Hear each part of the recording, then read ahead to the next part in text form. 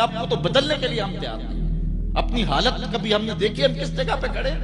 اپنے آپ کو تبدیل کریں اور اپنے اندر تبدیلی لائیں, اپنے اندر ایک تغیر پیدا کریں اور اپنی ذات کو مؤثر بنائیں. بالخصوص جو ذمہ دار لوگ ہیں, جو وارثان محراب و منبر ہے, اگر جو بات کرتے ہیں اس کے پیچھے عمل کا زور ہوگا تو پھر بات اثر کرے گی. پھر کوئی وجہ ہی نہیں ہے کہ بات دل تک نہ پہنچے. از دل خیزت بس دل خیزت, دل سے نکلے گی دل تک پہنچے گی. پہلی بات, عقیدے کی اصلاح کریں اور اس میں کوئی پل پلا پن نہ ہو. عقیدہ صحیح نہیں ہے تو کوئی عمل قبول نہیں ہے, کوئی نیکی قبول نہیں, ہر شے برباد ہے. دوسری بات, اپنے والدین کی نافرمانی کبھی نہ کریں. امام رازی نے لکھا ہے کہ ایک گناہ ایسا ہے جس کی سزا آخرت میں تو ملتی ہی ملتی ہے, دنیا پر بھی ضرور ملتی ہے, اور وہ والدین کی نافرمانی. اور ایک نیکی ایسی ہے جس کا فائدہ آخرت میں تو ہوتا ہی ہوتا ہے, دنیا میں بھی ضرور ہوتا ہے, اور وہ والدین کی فرما برداری ہے. نہیں تو نشان لگا لے شخص پہ جو والدین کا گستاخ ہے, ساری زندگی اس کو ذلیل ہوتے دیکھیں گے. اور اس شخص پہ بھی نشان لگا لے جو والدین کا فرما بردار ہے, زندگی میں آپ اس کی پگڑی کو کبھی جھکا ہوا نہیں دیکھیں گے. اللہ اس کی عزت کی حفاظت کرے گا. اور والدین کے لیے جو شخص روزانہ دعا کر دیتا ہے, میں نے کتب میں پڑھا ہے, ساری زندگی اس کے رزق میں بے برکتی نہیں آتی.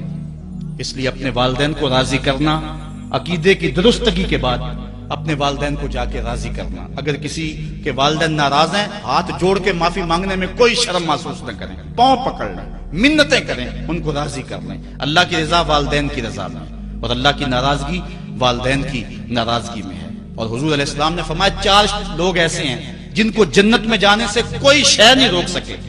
وہ 4 لوگ کون ہیں؟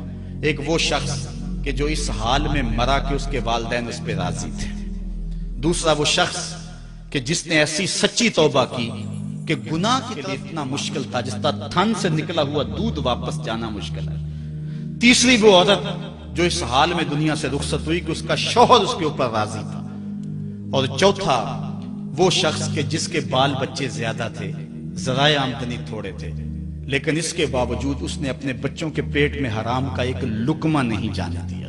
اپنی نظر اور شرمگاہ کی حفاظت کریں.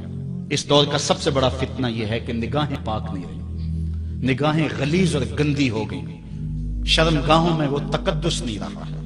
حضور علیہ السلام نے ارشاد فرمایا, من زنا زنیا بہی ولو بہی تانے دارے ہی. جس شخص نے زنا کیا یہ عمل اس کے گھر بھی لوٹے گا, اگرچہ اونچی اونچی دیواریں کیوں نہیں کر لیتا. یہ مکافات عمل ہے. گندم از گندم برویت جو ز جو از مکافات عمل غافل مشو. گندم بو گے تو گندم کاٹو گے, جو بو گے تو جو کاٹو گے.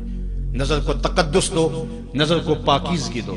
حضرت لقمان حکیم کہتے ہیں کہ میں کئی نبیوں سے ملا ہوں, کئی نبیوں سے ملاقات کی ہے, اور میں ان سے 2-2, 4-4 باتیں جمع کی ہیں, اور ان ساری باتوں کو میں نے جمع کر کے 100 باتیں جمع کی ہیں, اور ان کا پھر میں نے خلاصہ تیار کیا ہے. ان میں 8 باتیں الگ کی ہیں. ان 8 باتوں میں ایک بات یہ ہے, جب کسی کے گھر جاؤ تو نظر کو حفاظت میں رکھو. جس شخص کے مہمان بنو, جس کے گھر جاؤ, تمہاری نظر نہ بھٹکنے پائے.